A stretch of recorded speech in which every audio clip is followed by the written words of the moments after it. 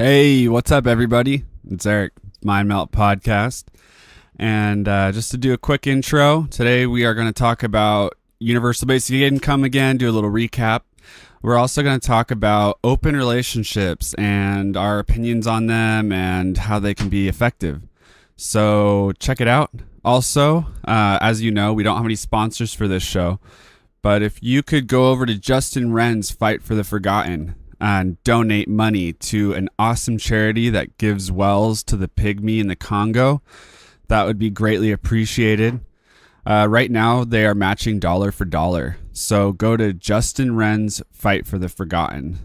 It's fightfortheforgotten.org and click the donate button. He has an awesome way where you can give every single month, so you don't even have to think about it. In modern days, when we're busy, it's always nice to have that option. So I unfortunately, I can't afford to donate too much, but I do $25 a month. It's not a lot, but it is something. And if you can afford $25 a month, that's $50 a month right now, because they're doubling it. So once again, go to Justin Wren's Fight for the Forgotten, fightfortheforgotten.org. Thank you. Bye.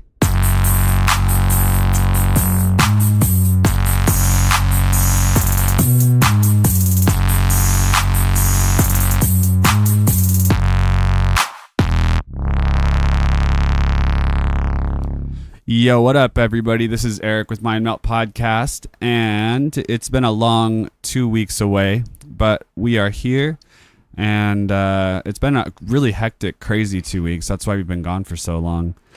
I don't normally like to take that long of a break. Yeah, we had kind of a crazy week. Yeah. A little busy. 2 weeks. Yeah, crazy 2 weeks. So it's going to be a lot of ground to cover.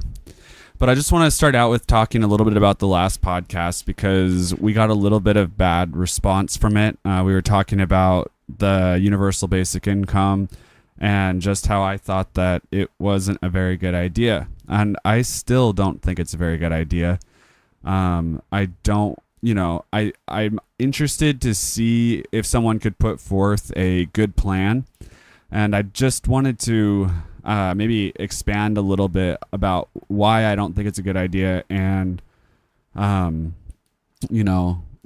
Yeah, I think the couple people who were saying anything about it were taking it politically, and you weren't really being political. Well, and also I think Does that make sense? Yeah. They were taking it as they were viewing it as like a right or left thing. Yeah. When it's like you were just trying to view it as what it is. And I don't know, you had some valid points. I still think it's a better solution than now. But you can. I don't think it's a better solution than now. I just don't see how. It doesn't hurt to try. Like, it could. It could really hurt to try. I mean, like, to say that it's not going to hurt to try, that's not really true, because when we look at the current administration and how they spend money, it is ridiculous. And to add an entire deficit, like, to just send out money to someone. I mean, here's the other thing that people aren't taking into consideration with this. Like, we have inflationary problems. Our economy is always going, up or down based on inflation. And if we introduce $1,000 per citizen or $300 per citizen or whatever, I mean, what is that going to do to the economy with inflation? If we introduce that amount of money and then businesses are like, okay, well, we'll just jack the prices up, that's possible. And so other countries that have tried it, how many? Finland. Well, Finland has tried it, but theirs is ending. Because why? Well, theirs is ending because the government doesn't see it as effective. So, like, they're not helping people who would normally not be able to eat food, or? No, I mean, it's just not productive for society. No, it's not economically a good move economically. They're not seeing the benefit economically. See, here's the thing with universal basic income that is appealing. Universal basic income is appealing because it takes the bullshit bureaucracy out of the welfare system. So it's, no matter what, we're going to give you $1,000 a month or $500 or whatever it is. We're going to give you $1,000 a month.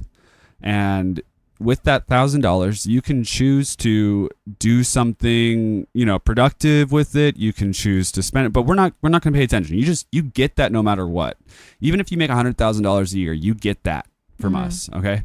So the thing with welfare system is that, like, as it currently sits, a lot of people that are getting welfare benefits, to continue getting welfare benefits, they have to, like, be, unable to work, basically. So there's a lot of people that are afraid to, like, volunteer in their community and do things like that, because if they're seen as able-bodied, then they're no longer going to get their welfare benefits. So this is a way that could potentially improve the welfare system, because it could give people that are getting welfare the opportunity to go do more as well. So that's like one of the things that, a lot of the benefits to it. A lot of people like to look at other country examples as, it being beneficial. Like, for example, Alaska has been getting a universal basic income, I think, since the 80s. Isn't that because no one wants to live in Alaska, though? No, it's because they have an oil fund, and they make so much money off of oil that they dividend it out. But here's the problem. That's cool. That's great. Okay, so if our country was producing a product and selling it internationally to other places, that would make sense that we would divvy up that stuff. If we had some sort of natural resource in this country that we were producing for other countries, that would make sense that we would split that money, because it's our land, Well, yeah. Right? So if we're producing something, we're right? making money instead of printing it. Not necessarily. I'm saying, like, with Alaska, like, they're still getting the same money that we are. Like, it's still printed money. No, I just mean, like, instead of being in debt. Oh, you're just saying instead of just spending money. Yeah, you're just saying just other stupid shit. I'm not really sure what you mean by that. Like the military.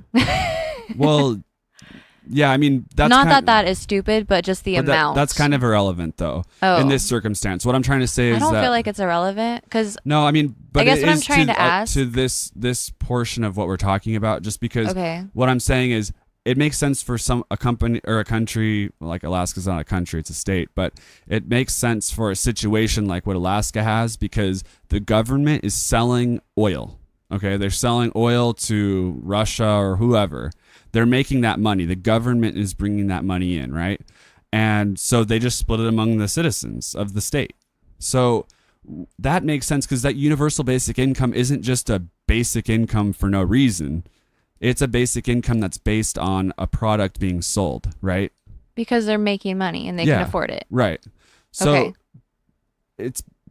but I mean, it doesn't have anything to do with what they're spending. I'm just trying to understand it. Yeah, that doesn't matter. Yeah. So, like, with our country, for example, like you said, if we weren't spending, 70% of our budget on the military, and we had all of this extra money laying around from whatever, first of all, the government would figure out ways to waste it, because that's what they do.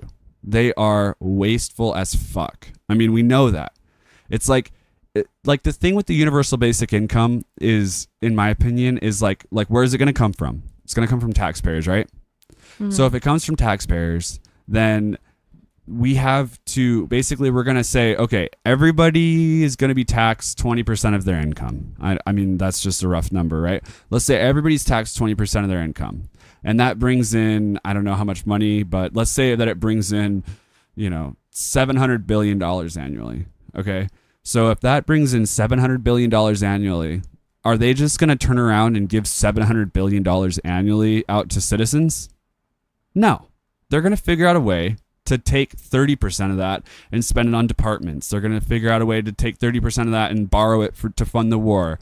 And then all of a sudden, what's really going to be given out to the people is going to be like 20% of this tax that we've been taxed. Of this, so you're saying they would have a new tax, they would make a certain amount of money, and with that tax, they wouldn't spend it on what they're supposed to spend it on. Yeah. I mean, well, yeah, that'd be douchey. But like, what just based on previous experience, like, okay, I'm just basing this. But what if they did?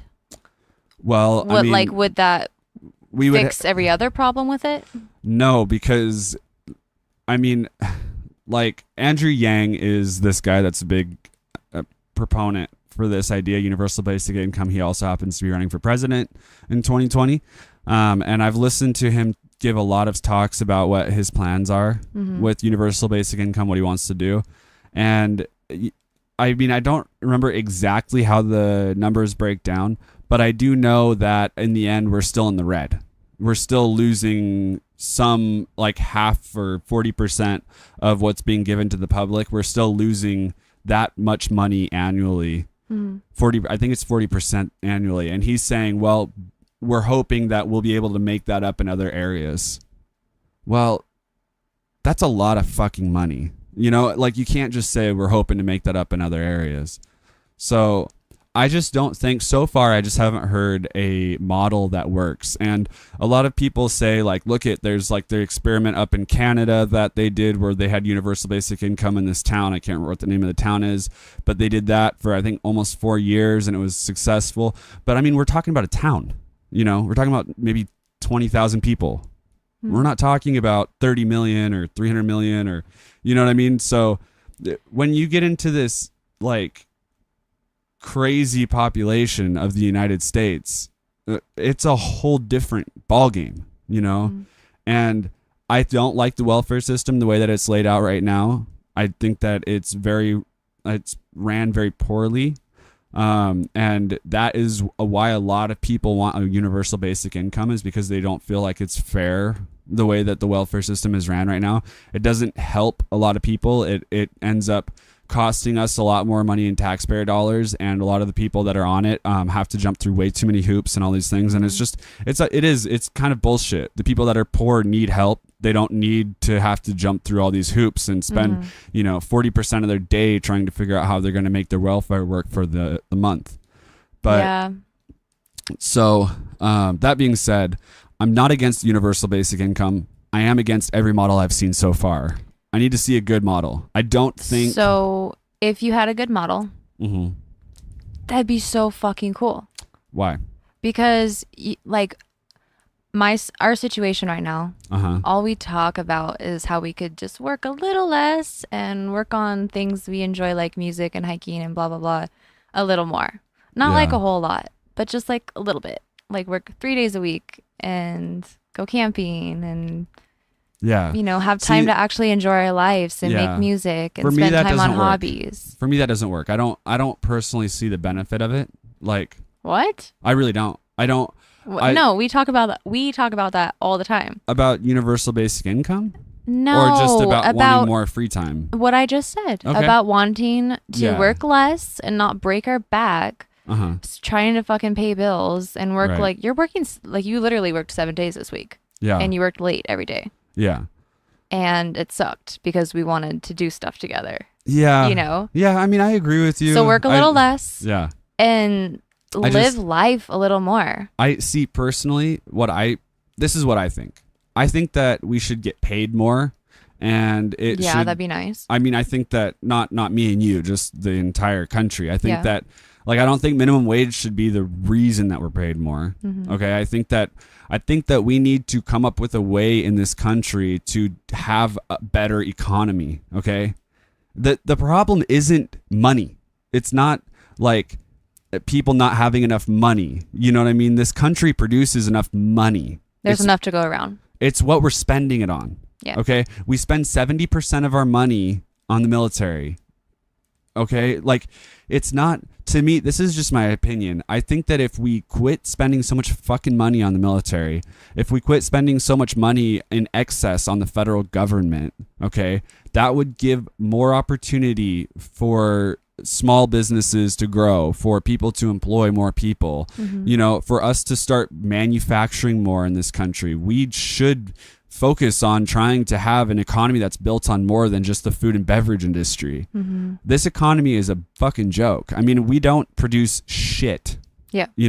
And I don't think that Trump's idea on how to get that moving is a good idea either. Like, tariffs is never going to be the answer. We live in 2018. The idea of having free trade is a must. We need a free trade society where we trade with other countries openly, because that will, for one, it will make more of a demand for our products. Mm-hmm. Okay. And I mean, just the thing is like, this is just speaking for myself. When I feel the best about the money that I have, it's when I earn it. Okay. I enjoy working for my money, whether it be working on the podcast, whether it be working for Paul. I enjoy working for money. I like hard work. And yeah, me too. Yeah, that's what I'm saying. I don't think that.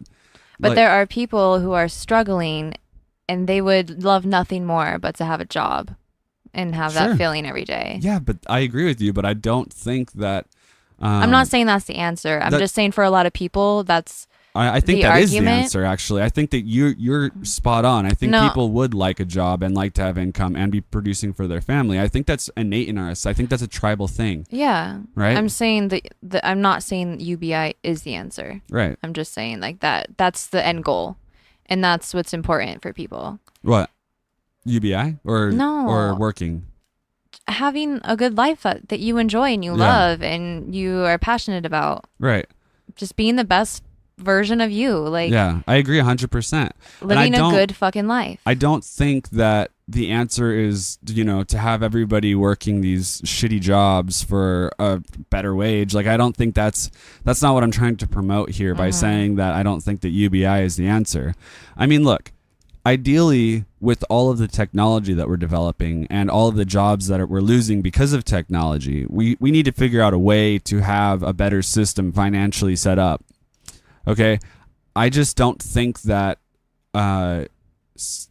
like, giving money out is going to be the answer, because people will, because they didn't earn it.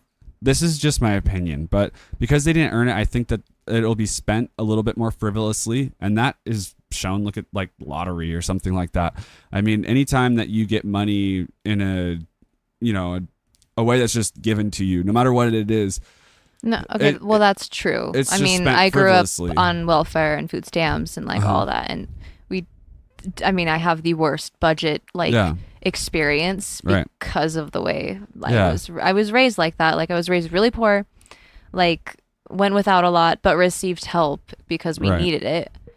But yeah, I mean, I'm just speaking for myself too. I've had handouts before, and like the times that I've had handouts, I've spent the money frivolously. When I've had to work really hard for my money, I've thought a lot more about where it's going. And that being said, I think that it's important for us to have the work ethic behind the dollar. So I'm not against welfare. I'm not against people having a hand up. I am against a hand out. And I think that we do deserve a piece of the pie. Like the common man deserves a piece, we all exist here and we all contribute in some way. I think that we just need to figure out ways to have people better paid for their passions, because that to me is the ultimate goal. Or their crafts or something their grandma taught them how to do or make. Something like the problem that I see with like something a place. Yeah. I think that the problem that I see is a lot of people are basing this whole, wage gap and all this stuff because they're working a job that they hate. They get up every morning at 7 a.m. or 5 a.m. or whatever they do, and they go to a job that they don't enjoy, that's not fulfilling their fire. And then they don't feel like they're making enough money, which they're not. I mean, the average person in the state of Idaho makes less than $30,000 a year. I think it's less than $20,000 a year. That's insane. So that's insane. Household? Yeah, household, yeah. What? So household is less than 30. So a household income in the state of Idaho is less than $30,000 a year. I mean, so when you look at things like that, it's like, of course, people want more money. Yeah. I mean, I do too, but it's not, I mean, I just don't think, and this is as someone who I don't make $100,000 a year or something. Like as someone who doesn't make a huge income, I don't think that the answer is to have the people that have somehow managed to be successful financially give up their money. Like, you know what I mean? I think yeah, but there is like a huge gap of inequality. Yeah, and that has a lot to do with the way that the federal government taxes. So why don't they just tax just the corporations or maybe the churches or like well, I mean, the for 1%? one, they need to start taxing the churches. I don't think they should only tax the 1%. I think I'm not saying only. Yeah, even I think, just. I mean, I actually think know. I think that they do a good job with taxing income. I just don't think that they do a good job at taxing corporate income. And there's too many tax benefits for large corporations like Amazon and things like that. Yeah. So a company like Amazon, because they employ so many people and give so many jobs and things like that, they're able to like write it off and not pay nearly as much as Joe Schmo's appliance shop down the street. So it's like, that is not cool. You know, we know that these corporations need to be taxed higher, but I mean, the as long as people are actually paying themselves a salary, like most of the quote unquote elite or whatever, they still pay out like 40% taxes, which is much higher than you and I pay. We pay like, I think 17% income. So it's like, you know, they pay over twice what we pay. Like they pay their share and twice what they pay if they make $1 million in a year and they give 40% of that. That's like 10,000 times what we make. I mean, you know what I'm saying? Like if they make $1 million and they give away 40% of that, that's $400,000. So like, I think that we're hitting them okay. You know, I just think that the problem is that our culture is set up to like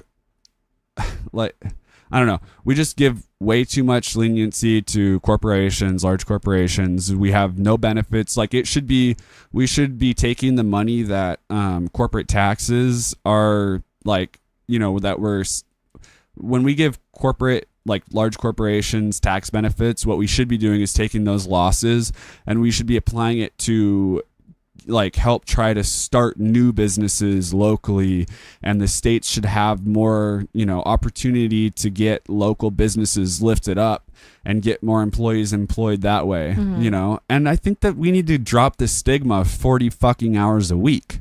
We do live in a time technologically where we could change that to 30 or 20 hours a week and pay our employees twice as much.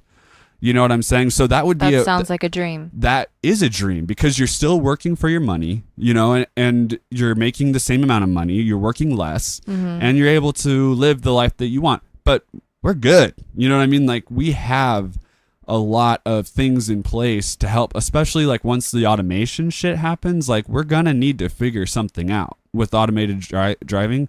Like we're going to need to figure something out. I don't know if UBI is the answer, but I'm saying I don't know. It could be. I have no idea. Yeah, I'm not a fucking economist. I can't even talk English. But it's like, I'm not an economist. I don't know.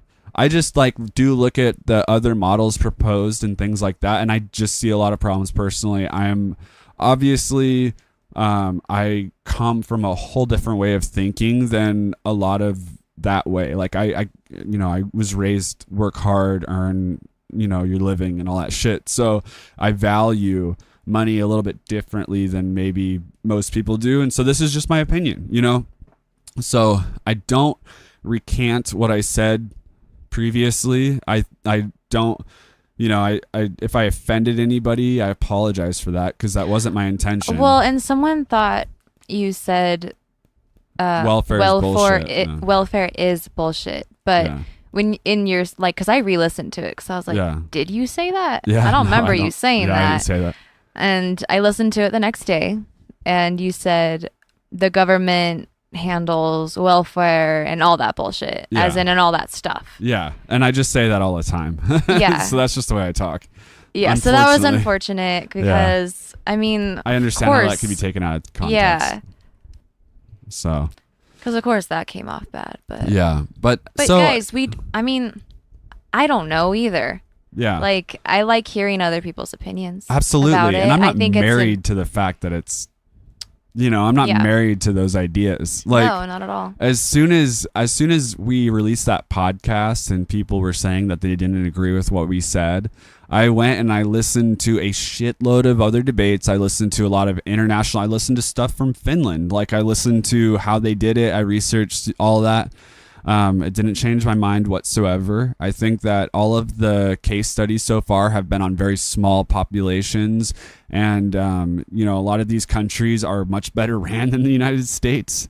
Like, you're talking about a country with like Finland, where like what's Finland's military budget like? Do you think they spend 70% of their income on military? No. I mean, so we're talking about apples and oranges. We're not even talking about the same thing. We can't just be like, oh, this worked in this area, which, by the way, it didn't, because they're canceling it. But we can't look at, like, Canada did have a successful program. I don't remember why they stopped it, but they did. But Canada did have a good program that worked really well in that economy. It actually took people out of poverty and did a lot of beneficial things. But when we're talking about a town of like 20 or 30,000, and then we're talking about a country like ours that has notoriously been horrible at budgeting money and spending money on the wrong things, spending money on things that they're lying to us about, like taking our social security money and spending it on the military and not using it for social security. I mean, it's just not the same thing. We have so many financial problems in this country that we need to fix before we can even look at something like that. And a huge thing that we need to fix is our spending on the military. I mean, this is ridiculous. We don't need to spend 70% of our budget on the military. And, I just think that when you look at a country like Finland, they're able to try things like this, and because they're notoriously known for like trying different progressive trying things. something and seeing if it works, and a lot of European countries are known for that. Like, they like to try something out for a little bit of time, see if it works. If it doesn't, they'll roll it back. That is a great idea. I think that this country should do that, but we need to start with things like education. Like, we need to fix our education system. We need to get a better plan for that.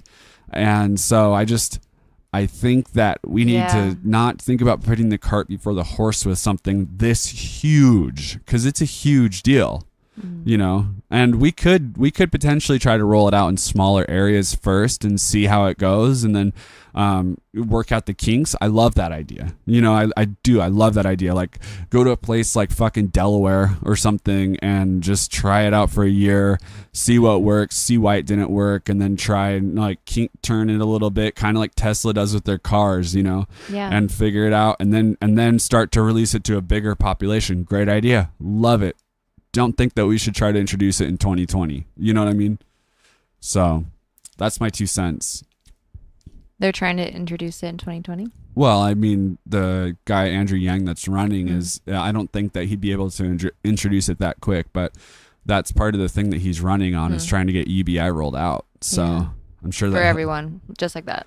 Yeah. Dang. And I don't know either, but yeah. So I just wanted to get that out of the way, but I'm glad we did. We can move on now. Can we move on? I don't want to talk about it anymore either. Yeah. So, in other news, the reason why we didn't record a podcast last weekend was because it was just fucking busy. We went to a wedding. Yeah. Eric married people. I was a minister. He was. Yeah. That was so fun. Yeah, it was. It was really cool, actually, to have them, and their family is religious, I believe. I don't think, I don't know if they are, but their family might be. I thought the wife was the. I don't know. I don't know how religious she is, but it doesn't matter. Yeah. Oh. So the family is. Well, they know your views though, and they know you're atheist, and it was just cool that they asked you to do that. And I don't know. I liked seeing different viewpoints, just all like crying and like happy. Weddings are just so fun, dude. Yeah, I know. I thought it was fun. They're beautiful. Yeah, I thought it was kind of funny because so many people were like, "You're gonna be a minister? I thought you were an atheist," and I'm like, "Yeah, dude, but I'm fluid. I can handle. I'll be religious fluid, and just deal with it. It's one of your best friends from childhood. Yeah, and the quote that I read was actually really cool. It was like a Proverbs verse out of the Bible I read, and it was really good. Like, it was really good wisdom, It was super weird seeing you read the Bible at first, though. Yeah, I bet. So that was fun. And we were like thinking we could start a business called the Atheist Minister, and because Eric's ordained now, and just kind of have a side gig. Yeah. where he goes and marries atheist people. or not. But just people but that, the niche though yeah. would be cool, the atheist minister. Yeah, because I think about getting married would, you'd want to, if you Make were it an memorable. atheist. Well, if you were an atheist, you'd want someone with similar views to marry you because that's such an important day or whatever. Yeah, that's true. So yeah, I think that would be a good idea, but I just think I don't it's know a good if we're actually business going to do idea. it. But No, we're definitely probably not. Yeah. So, but so then I wrecked the car. Yeah. Which was cool. Which, we were going to get another, because we have like a car and a van, we were going to get another car. That way we could have 2 cars to commute with. Yeah, but we were going to get rid of the van, not the car. Yeah, so we got rid of the car against our will and got a new little 4-wheel drive little tracker car that I'm in love with, and then traded the van for an old Explorer. So we both have new cars. Yeah. New old cars. Yeah, it was kind of funny because when we, I was like trying to figure out what I wanted to do with the van, whether I wanted to sell it or keep it, because it was a cool van. It was like an Astro work van. Yeah. So it was. I loved that van. I liked using it for work and travel. Was camping. Nice. But I thought, it'd be better to get like a small SUV or something for myself. And then I got this text message yesterday that was like, hey, we have this SUV. It's a 97 Explorer. Like, would you be interested in trading? And I was thinking, yeah, that's cool. So we go and I just knew this was going to be hippies. I just knew it. And sure enough, we get there and it's like 4 hippies outside of this Ford Explorer with like, what, 5 dogs? 5 dogs. 5 dogs. 4 hippies and 5 dogs. And they wanted to trade, and I mean they've been like living in this fucking thing. And so I was like yeah, I guess it was so fun and cool though. Yeah. Well, they said that they knew our music, which I still don't know if that's true. We started talking festivals, and they said they knew our music project, and then I met one of them at a festival. Yeah, small world.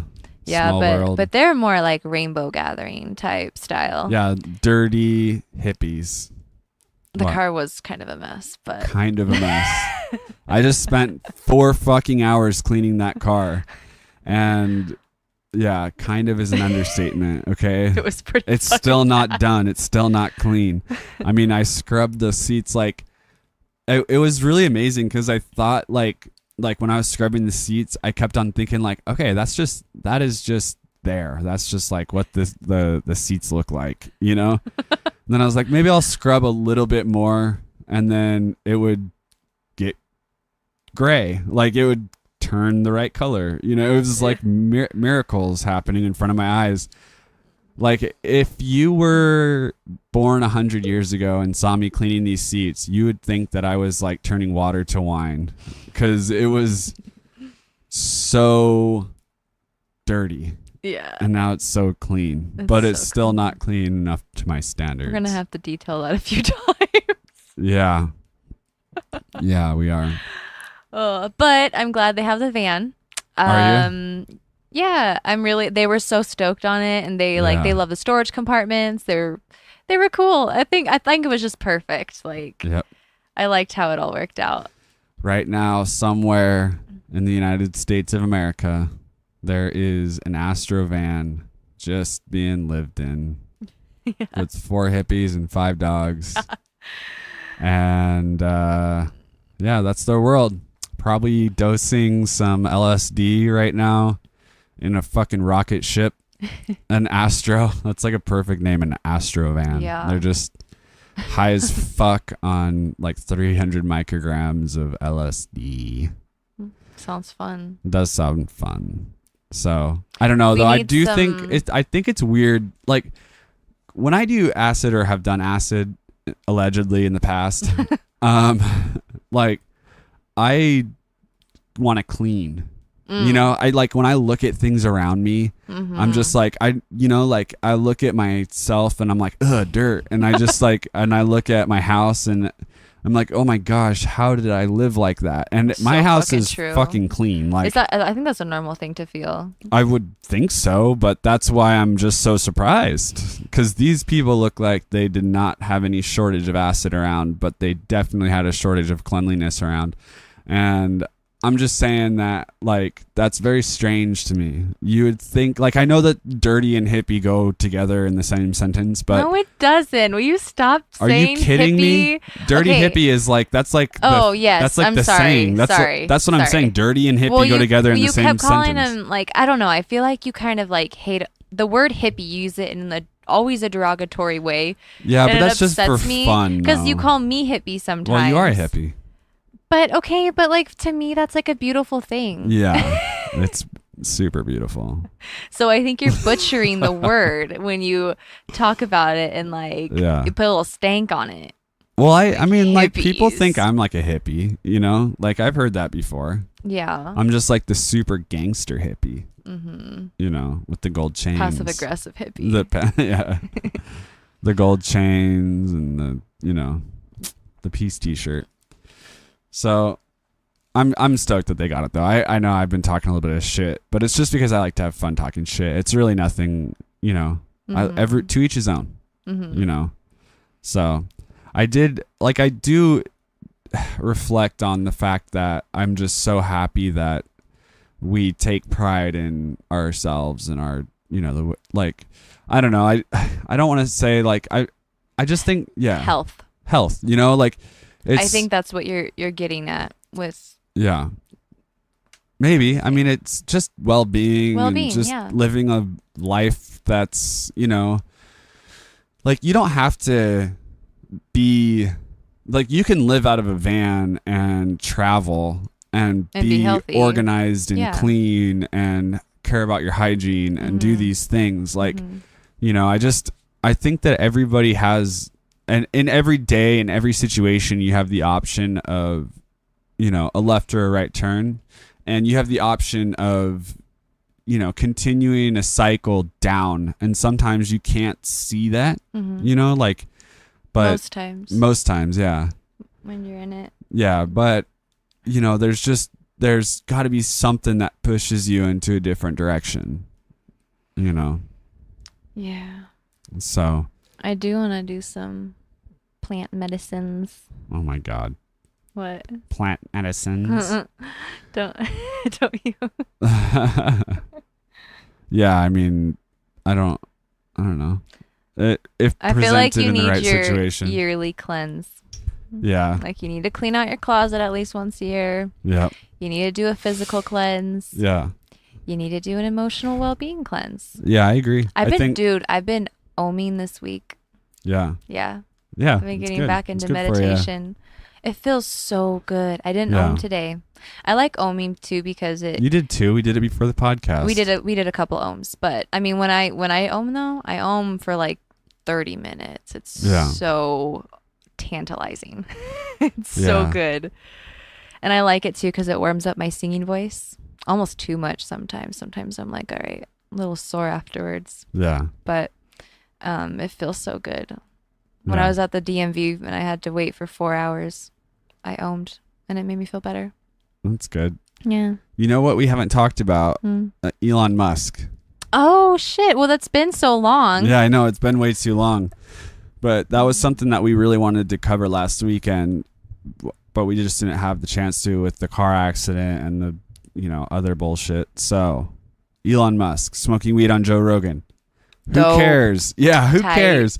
Like, dude. First of all, that was one of the coolest podcasts I've ever listened to. Yeah. I've been waiting for that podcast forever. We got to see Elon Musk behind Joe's lens and behind his hosting skills. And I just feel so lucky to live in a time where we can fucking see that. No kidding. No shit. And see him take a hit. Yeah. Like that was barely a hit. He didn't even fucking inhale. It was weak. That's the funniest thing about this whole situation is like people are all upset. He didn't even inhale, you know? The memes are fire though. Yeah, the memes are fire. Like takes one hit. Oh, and the photo, those like murals that they're making, those portraits, they're so fucking cool. I want one as a t-shirt. Well, yeah, I mean Elon Musk did himself no justice with that facial expression after he took it, and just the whole thing was like Gangster. orchestrated. You think he did it on purpose? So yeah, so that's my conspiracy behind this whole thing, is that I think that he did it on purpose. I think that he has been wanting to buy the shares to Tesla. He's already come out and said that he wants to take Tesla back to private. In order to do that, you have to buy the shares back from the shareholders. So I was thinking that he was just going to bomb the shares down and then just try to buy them, try to acquire them. I don't know, dude. I mean, the thing is I don't think he gives two fucks about what anybody else thinks. And that is beautiful. Yes. That someone that owns a publicly shared company doesn't give two fucks. And I love it.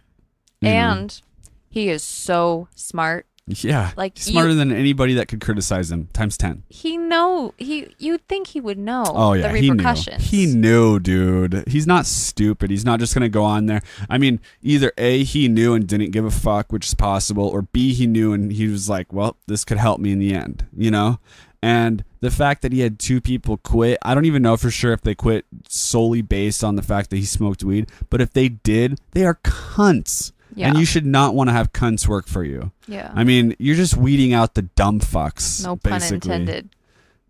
I just got it. Yeah. So. What if, those people need to smoke some weed. Yeah, they're bitches. Like. I just don't understand. In our day and age, you're going to criticize someone for smoking weed in a state where it's legal? Where it's fucking legal. After he... recorded on camera, is this legal? Yeah. Yes. Well, not only that, but Jesus Christ, dude, after the entire fucking podcast was him talking about stuff that is way over anybody's head. It's so intelligent that you have to be a fucking genius to like really wrap your mind around it. And you know what I mean? Like, and these people, like, that's what they focus on, is the fact that he took a baby hit of weed, didn't even inhale. It's probably like if they drug tested him right afterwards, there's no way that shit's gonna fail. It's funny too. It's not even in his system. Yeah, no way.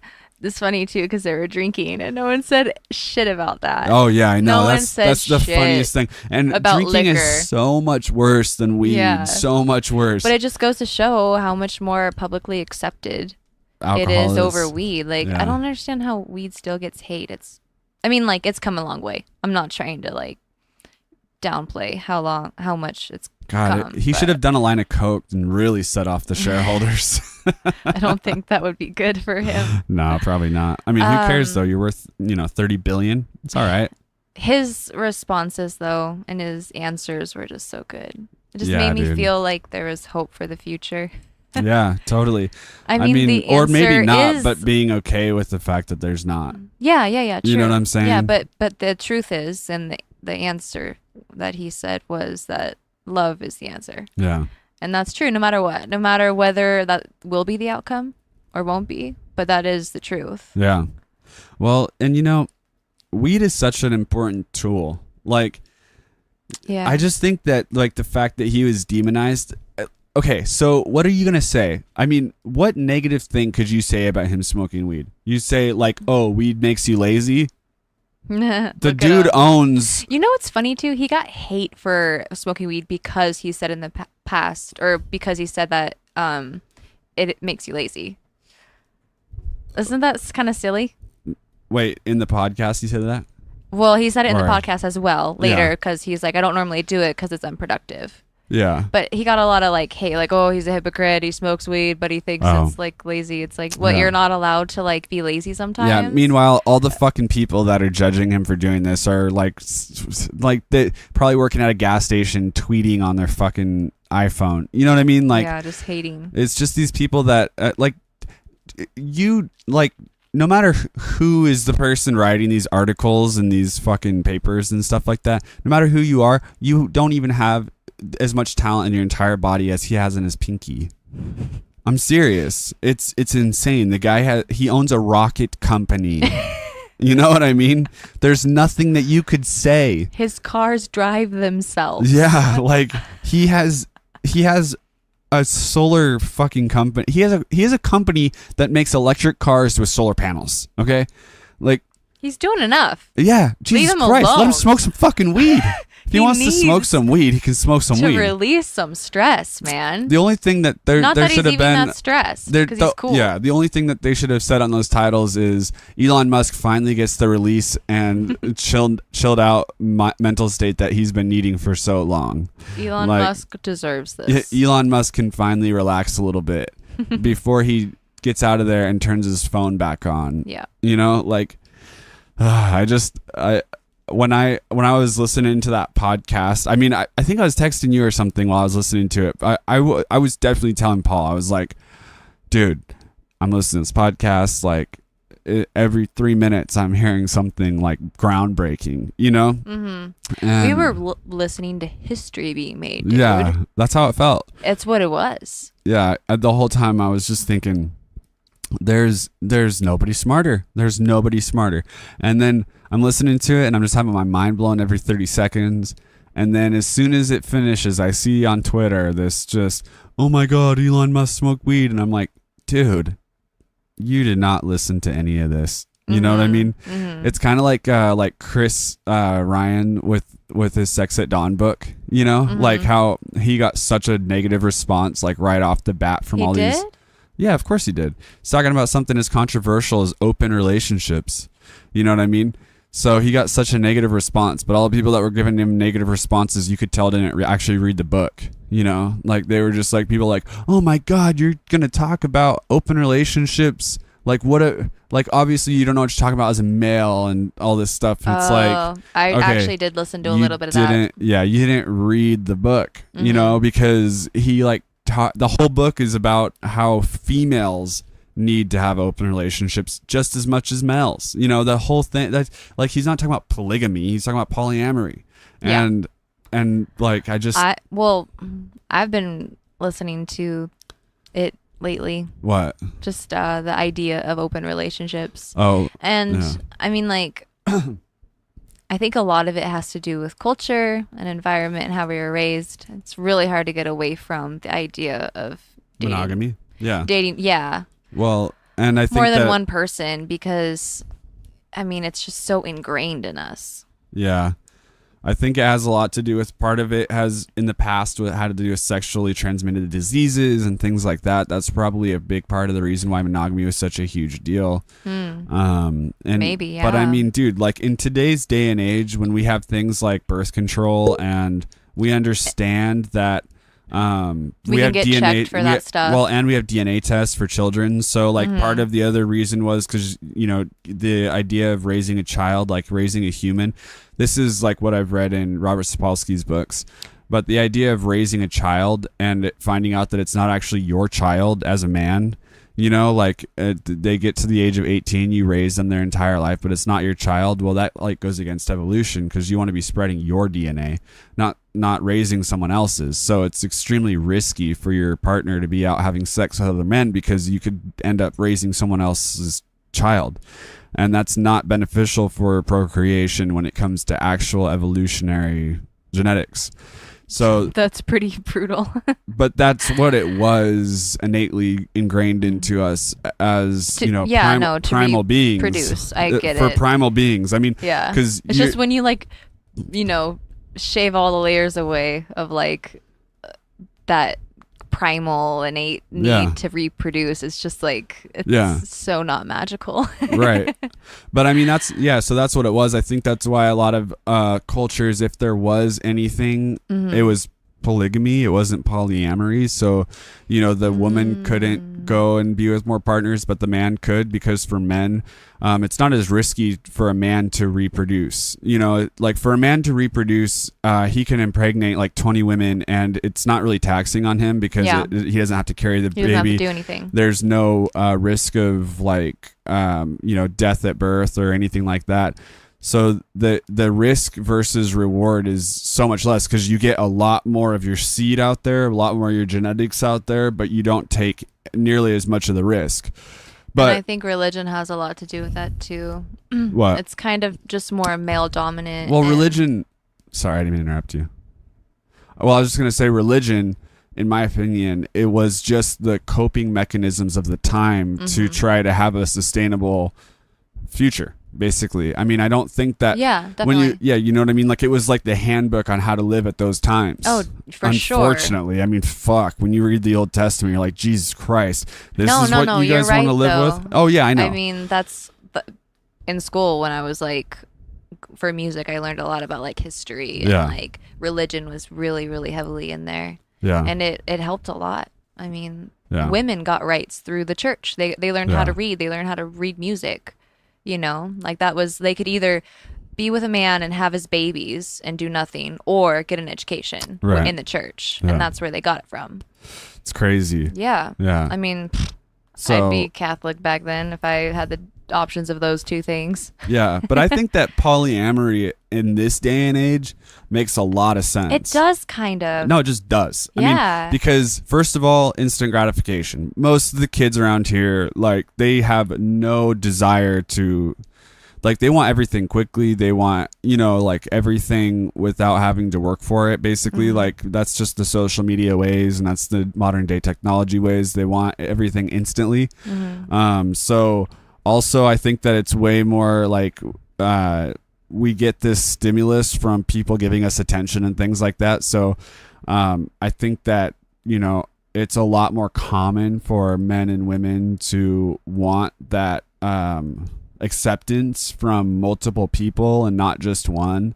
So I think that polyamory in this day and age makes a lot of sense. Like, we can DNA test to make sure it's not our kid. We can wear condoms. We can do birth control. We can do, you know what I mean? Like, there's all these things that you can do. And like, more importantly, like, the reasons for monogamy that used to make sense no longer make sense. The reasons, I mean, when I'm just talking about everything aside from an emotional standpoint, the emotional standpoint of monogamy comes from us developing that over time because of the physical part of monogamy. Mm-hmm. You know what I'm saying?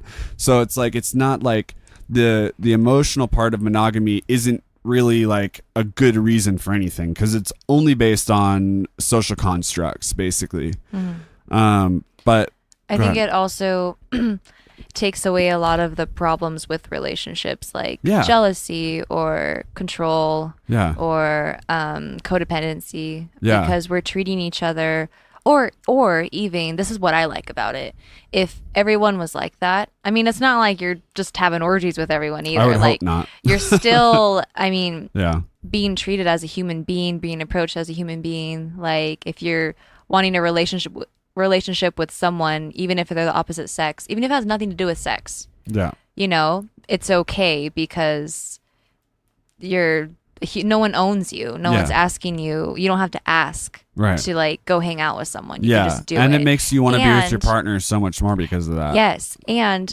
I feel like a lot of the times when I'm walking by myself, I get treated a lot differently than when I walk with you. Right. A lot. Yeah. Like night and day. Yeah. Like, I'm like, dang, that I just like walk out of Victoria's Secret freaking dressed like a model versus like, you know, a nun.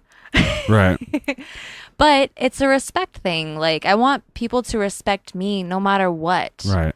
Yeah. No matter I'm with someone or not. Yeah. You know, because they should respect that. And I also think that, you know, another key point is that oftentimes what ends a relationship is the desire to be with another person, because you get this idea stuck in your head that being with that other person would be better, and you get this idea that, like, and then the lust comes in, and like, you start to envision being with the other person, and then the line comes in, because you're not actually telling your partner you're with that you're feeling these things, because it's wrong, and then resentment comes in, and then your relationship with your partner starts to fall apart, and then you guys break up, or you cheat, and then you end up fucking this other person and realizing that you have no connection whatsoever with them, but then you just ruined your relationship with your partner just over something silly. When in reality, like, if you wanted to explore that, you would be free to. Yeah. But it doesn't mean you're leaving your what do they call it? Primal? I don't know. Primary partner. Thank you. Yeah. I don't know. I mean, It's interesting to me. Yeah, it's cool. I find it really interesting. I think it works really well for the people I've been listening to. I could see it not working for a lot of people though. But that's only because if it doesn't work for those people, that's only because that's because they're loving their partner wrong. I really think point. That. I just think that I personally like. I mean, I don't think it just in my head, and I felt this way for a long time. Mm-hmm. I just don't think that it seems right to be willing to let go of your partner just because they want to fuck someone else. Like if you wanted to fuck someone else and you really wanted to fuck somebody else, you know what I mean? Like you were like, Eric, there's this guy, you know, I'm like super attracted to him. Like I really want to just try being with him for a night, you know, and like see what happens, you know. Like I feel like if I tried to hold you back from that, our relationship would be so shitty, right? So I have two options at that point. This is me. You know what I'm saying? Mm-hmm. Like, I mean, the average person might have more than two options, but this is my two options. I have two options.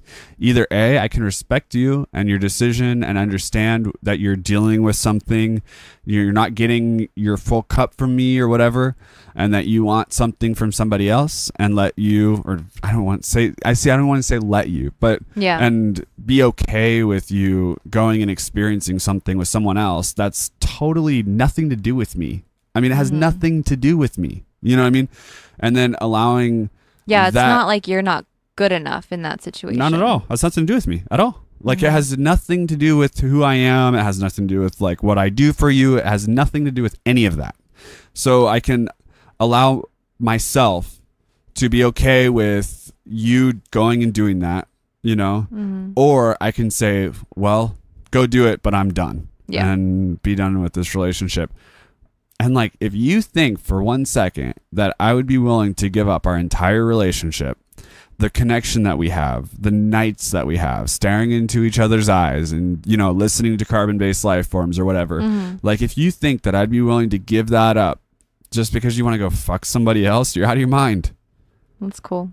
It is cool. I mean, it's the right way to love someone. And I really mean that too. I'm not just saying this. Like, well, I mean, no, it's just also kind of new because like a relationship at the beginning wasn't like that. No, it wasn't like that at all, like, because I was definitely insecure. Monogamous. I was definitely insecure. Yeah. I didn't love myself enough to realize that I'm worthy of your love. And that's the difference between now and then, is that I know I'm worthy of your love. So it's like it doesn't matter to me because I know that it would have nothing to do with me. Like I know who I am, you know what I mean? Like I know how I treat you. I know all of that. So it's like, and I know it, you know, whereas before I was uncomfortable with other men and stuff like that because I wasn't like really loving myself. I was trying to, you know what I mean? Like I was like maybe smoking cigarettes and drinking and not exercising and not eating right and not doing all these things. You weren't being the best you. I wasn't being the best me. I wasn't being the person that I would want to be with. Right. You know what I mean? But when you're the person that you want to be with, when you're like really treating yourself well and doing stuff like that, then you're going to be okay with it. And that means that if you go off with this partner and like, let's say that you fell in love with them and you had the most amazing experience and then you wanted to have a monogamous relationship with them, you know, and like you wanted us to leave each other, like I would have to be okay with that too. And that's just the end of our relationship. And at that point, like I'm okay because I love myself enough to know that it has nothing to do with me. Right. You know what I mean? So it's like it's all about you. It's about, and I love you. So I love you enough to know that like, if you're happy, then I want you to be happy. I don't want you to stay with me just because I want to be happy. That's the most selfish shit I've ever heard. Like I just, you know, it's so crazy now to think about having a relationship like that. You know, like it just seems so, I agree. Misguided. It seems so not authentic. It's immature. It's not authentic. It's like you're only just trying to have the relationship just so that you feel good. Like, and then you're basically getting your happiness from somebody else. And if you're getting your happiness from somebody else, you're not happy. Like, that's just the way it is. You're not happy. So, like, you need to always get your happiness from yourself.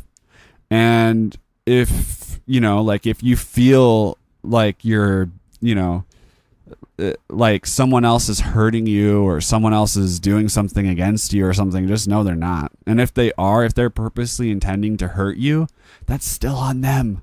Yeah. You know what I mean? Like, that means that they are so unhappy with themselves that they want to hurt someone else. Yeah, because no one happy is going to want to hurt you. No. I mean, like, for myself, I'm happy right now. Like, I'm legitimately happy, probably happier than I've ever been in my life. Yeah. And it's just because I've been working on myself so much. As you know what I mean? It has nothing to do with anything else. Like, all I'm doing is like working out, eating healthy, like sticking to a routine, keeping my surroundings clean, like being honest with everybody that I can be. You know, I mean, like, this week has been really stressful, so I've been a little fucking frantic about that, but I know that it's gonna work out, and it did, you know. And so so it's like that all being said, it's like being happy, it makes me want to just focus on myself. And if I see other people that are unhappy, like, or if you know, other people try to hurt me, or if other people are bitching or whatever, you know, like, I'm not here to judge that. You know, like, I don't want to try to control someone. I don't want to put my own emotion onto them. I don't want to, you know, like, if they're not eating healthy or they're not doing something I like if they're, you know, carrying a gun in the gym, I'll laugh about it and move on with my day. Like, it's not, you know, things don't bother me at all. Like, nothing anybody does bothers me. I've noticed, like, it, you know what I mean? Like, that's a good sign of, yeah, like that guy, there was that fucking guy in traffic. Like, normally I hate traffic problems, you know, and this guy comes riding on my ass, and he's like an inch from my bumper probably, and I was just like, you know what, whatever, dude. And I like moved over, and it didn't even bother me. But then I was like, I hope that this motherfucker gets pulled over.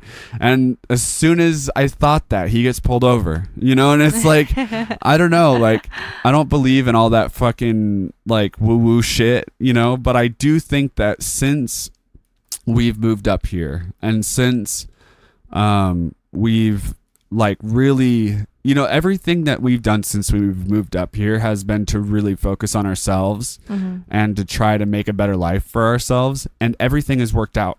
I know. It's insane. It's so weird. It's like everything always works out now.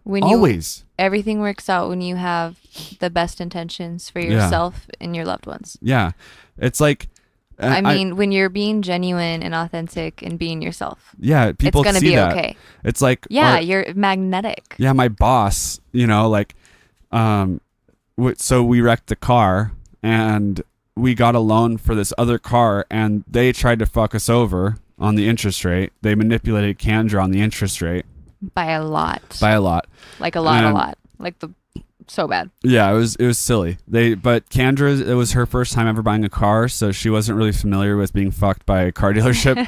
So now I know. So she signed the papers, you know, and then I was looking over it, and I was like, oh, this is wrong, you know. Yeah. But it was too late. We already bought the car. So I was telling my boss, and you know, it was like he just goes, oh, well, just buy your way out of it. I'll give you the money, you know, at a cheaper interest rate. You can, and it's much cheaper interest rate, you know, and it's just the principle. Like, those people fucking lied to me. Yeah. So Paul had my back. Yeah. And I'm stoked. Yeah.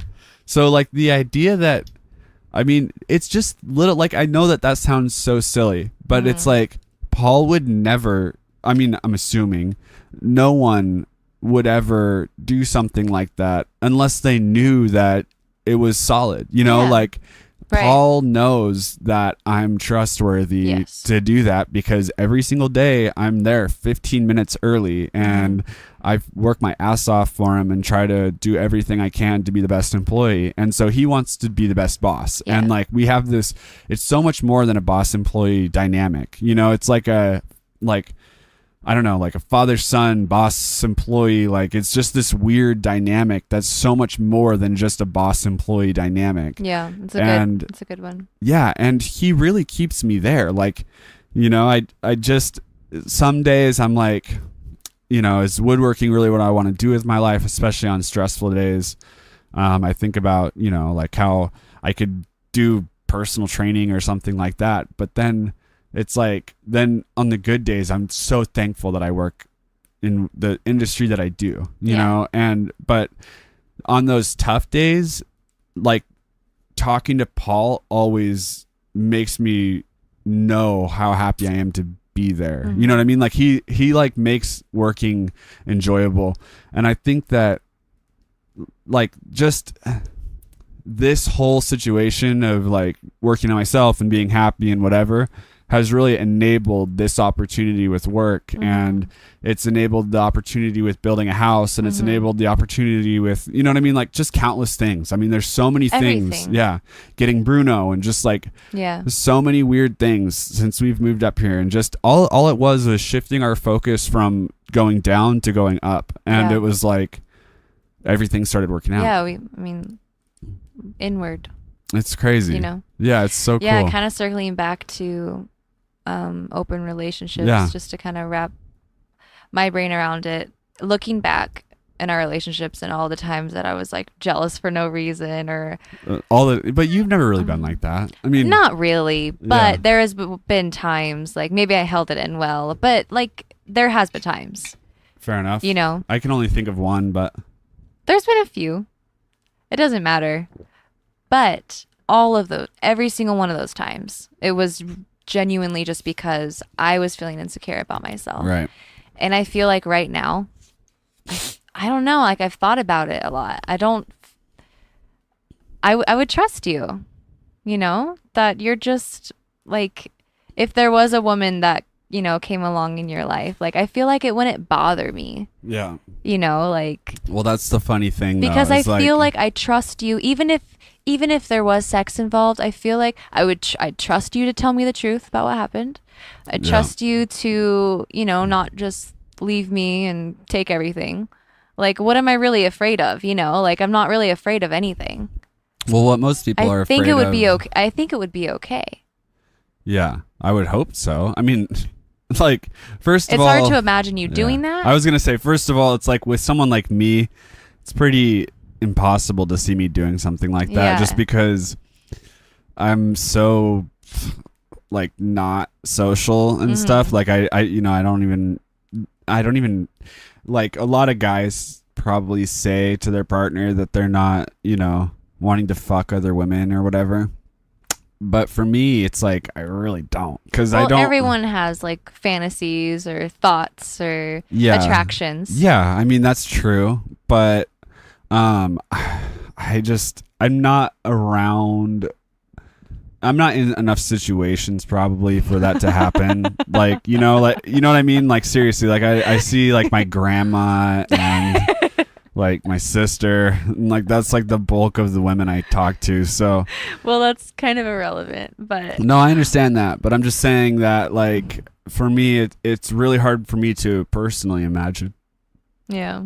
Thinking that, and then thinking like, I mean, I'm also a little bit more logical than that. Like I don't really see the value in wasting a night with someone just for sex, But no, that's not what it is though. I was just going to say, why would you do that? Yeah, let me just finish that thought, because that then of course there are people that I do have connections with that are more than just a sexual connection with, that are like a mental connection with or something like that.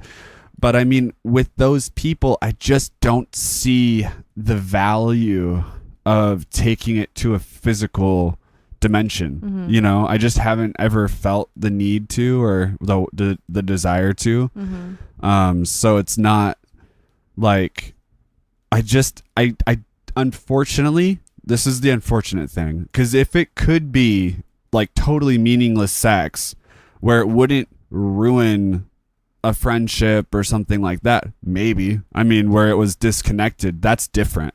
If I could, like, if one of those people wanted to do something like that and I didn't think that it would ever interfere with the relationship with them or with you, then that'd be different. That's what an open relationship is, though. But in our culture, in our society, do you know how hard it would be for a girl that like if I really, because for me to have sex with somebody, I have to really connect with them. Mm-hmm. Okay, so I have to be really mentally connected with them. Yeah. I can't just have meaningless sex. I've done that before. It's not enjoyable for me. I just have never enjoyed it. So for me, I have to have a strong connection with somebody. So for me to fuck someone, I have to have a connection with them on a different level. And that for them, I just don't see it ending there. You know? Yeah. Like they would have to be on this level with me that's so meaningful because that's the kind of person I would want to have sex with. Yeah. That for them, it would be almost impossible just to drop it afterwards. And that's what I would need, is for them to just drop it afterwards. Because I would want to go back to my normal relationship and not think about that anymore. Like it wouldn't be a part of my life anymore. You understand what I'm saying? I do. I just feel like it would be different if like we were all like, let's just use hypothetically as an example. We were all seasoned open relationship people. If you know, like you can't just jump into having sex with people. But now you're bringing a whole different dichotomy into it, because you're saying basically that like if not only is it someone that I have a really strong mental connection with, so that's rare. Like, I mean, as far as females go, I can think of like 3 females that I've had a strong connection with. One of them is my ex, you know, one of them is you. And yeah, so 2. Like I can think of 2. You know what I mean? Like where like I feel like that mental connection with, where I would be okay with having sex with that person. You know what I mean? So it's like so now like you're basically saying, you know, like not only do I have to find someone who I'm that strongly connected to. No, you don't have to find anyone. I know, I understand that, but I'm saying that's like now in this hypothetical situation though, I have to find someone who is super cool, like not annoying, which is fucking hard, and then you know, like super cool, fun to be around, someone I can mentally connect with, and then like somehow set the situation up right. And also they have to be on this open relationship level, which is super rare in our culture. Yeah, I think if you're going to have a relationship with a lover that's outside of your primary relationship, they better be okay with open relationships. No, but that's not, I mean, I understand what you're saying. Doing it. But yeah, but I'm saying that for they would have to. Most people. Well, of course. It's just not common. All the people that I know personally that have those kinds of relationships are people I'm completely uninterested in sleeping with. Yeah. So it's like, I don't know. It's just like. Well, that's why it's hard to imagine the example though, because. Yeah. I think that the thing is that like part of the reason why I would be really attracted and on this whole like mental connection with someone is because they would be extremely hard to get. Yeah. I know that sounds really silly. Sounds really silly. I know it does, but that's something that for me is really attractive, is someone who holds that in extreme high regard. Sex.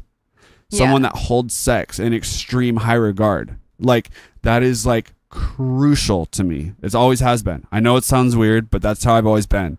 Like I want to be with someone who isn't just willing to just open that side of themselves up.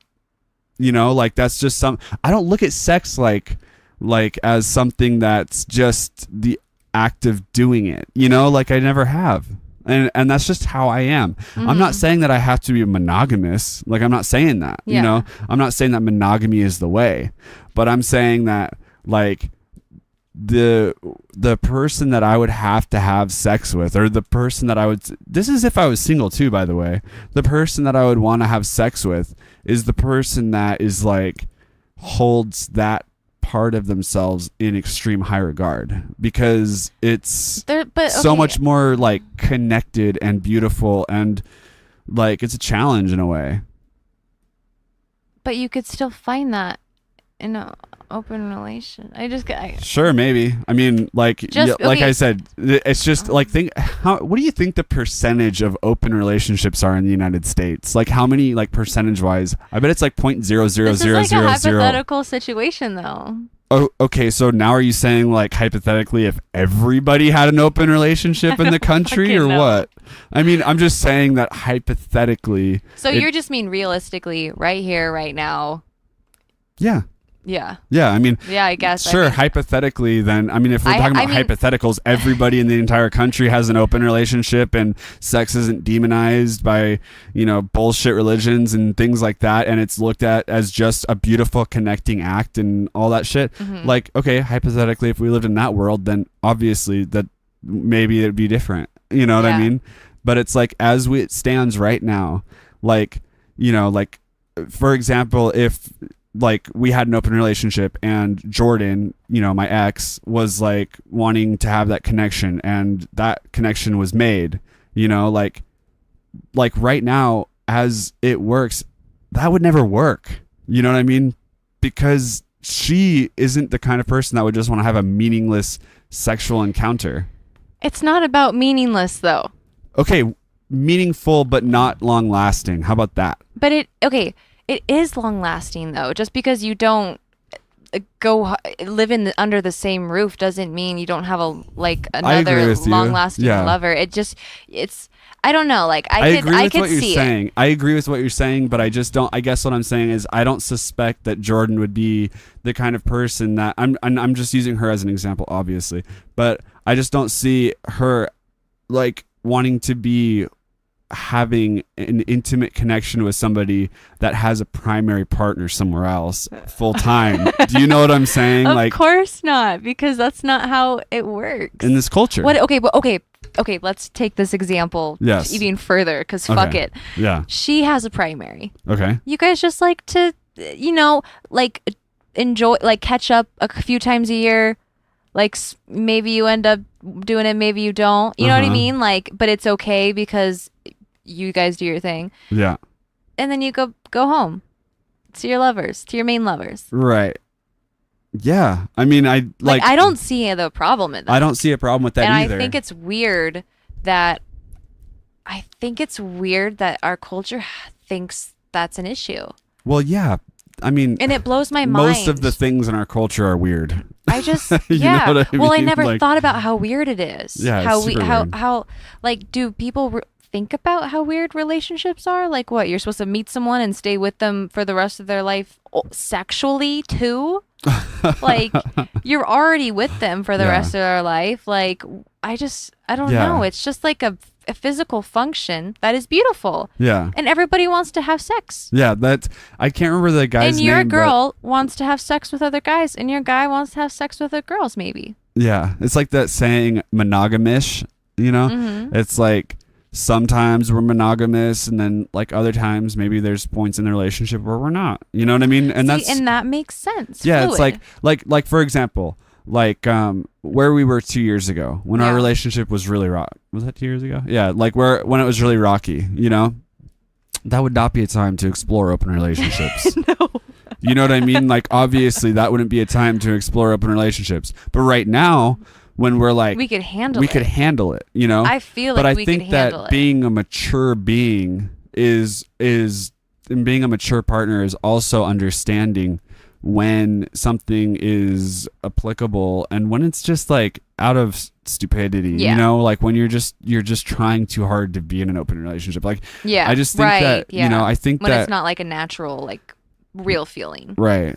I think that there's times when you should look at how your partner is feeling. And I mean, fuck, dude, we don't even have an open relationship. So this is like a really weird conversation to even have. But it's like, if you are in an open relationship, you should look at how your partner feels emotionally and stuff like that. And then maybe think about it, but then again, maybe you shouldn't. I don't know. Like maybe you just do whatever you want for pleasure. Like, and your partner, if they love you, will understand it. And if they love themselves, they'll understand it. But it's like, I don't see people that, as far as the people that I've heard of being in open relationships, it's not like they're just going and fucking random people. No, not at all. That's what I was trying to explain earlier. It's not like a meaningless encounter. Right. Just because you get the urge. Right. Yeah. I think that maybe I wasn't saying it right because I wasn't trying to say that it was meaningless. I'm just trying to say that it's not fully committed, I guess. Like it's not, like for someone, the then again, I haven't talked to Jordan in a couple of years, so maybe Jordan's all about open relationships now. But I'm just basing it off of like what I know of her and stuff. And I don't even know why we're talking about her. If she listens to this, she's probably like, "What the fuck?" But, yeah, sorry, Jordan. Sorry, Jordan. But I'm just saying, like, you know, like I would assume that Jordan wouldn't want to just have a casual encounter with me once every 6 months when she's on the mainland. I couldn't imagine doing that with I wouldn't even want that. Yeah. Well, I mean, like, you know, like Jordan and I are still on good terms. Maybe she My would. ex is a little bit of a different story. Jordan's actually really cool. Yeah. So, you know, but I think that it would just be emotionally extremely taxing on her. I think that it would probably bring up a lot of old feelings. I think that it would take it to this really emotional place, and I don't think that she would be okay afterwards. I think it would like hurt her afterwards, you know? Well, yeah. So I guess I'm just saying, like, but maybe, you know, in another circumstance, like I'm sure, you know, there's probably plenty of people at the Rainbow Gathering that experience these kinds of connections all the time. Brother Bear and Mongo. Shout out. Oh my God. So, I can't remember the other two names, but either. One was Big Brother Bear, one was Mongo. They all have like not fake names, but given names, assigned names, self-given names, nicknames, self-given. Yeah, self-given names. Self-given nicknames. I want a self-given name. Mine's like Trap Lord King Shit 666. No, it's not. That's what I'd introduce myself at festivals as. I know. I remember there was someone that gave me a nickname at a festival one time, but I forgot it. Generic Eric. No, not that one, but that girl at the gym the other day, she was like, "You look like an Eric." And I was like, is that just because I look generic as fuck? Because I just don't know if it, and Eric, like when I envision someone named Eric, I envision a big douche. And that's basically, I'm living it. So. You do look like an Eric, but I think I'm a little biased. Yeah, you probably are. So. Anyways, well, I think it's time to wrap this baby up like a freaking gordita. Okay. So, thank you all for listening. I hope you enjoyed this podcast. And peace and love. We'll be back sometime this week. We got to make up for being out for 2 weeks, so we're going to record one this week as well. Explore your sexual feelings. Yeah. With yourself as or people you like. Yeah. As long as they're okay with all that. No bestiality, please. Yes, that's not right. That's not okay. All right. Bye. Much love. Peace.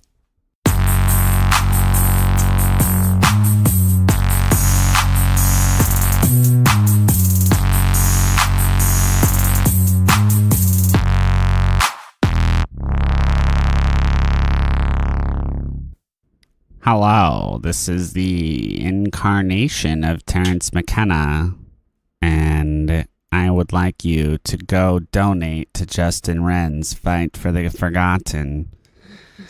Fightfortheforgotten.org.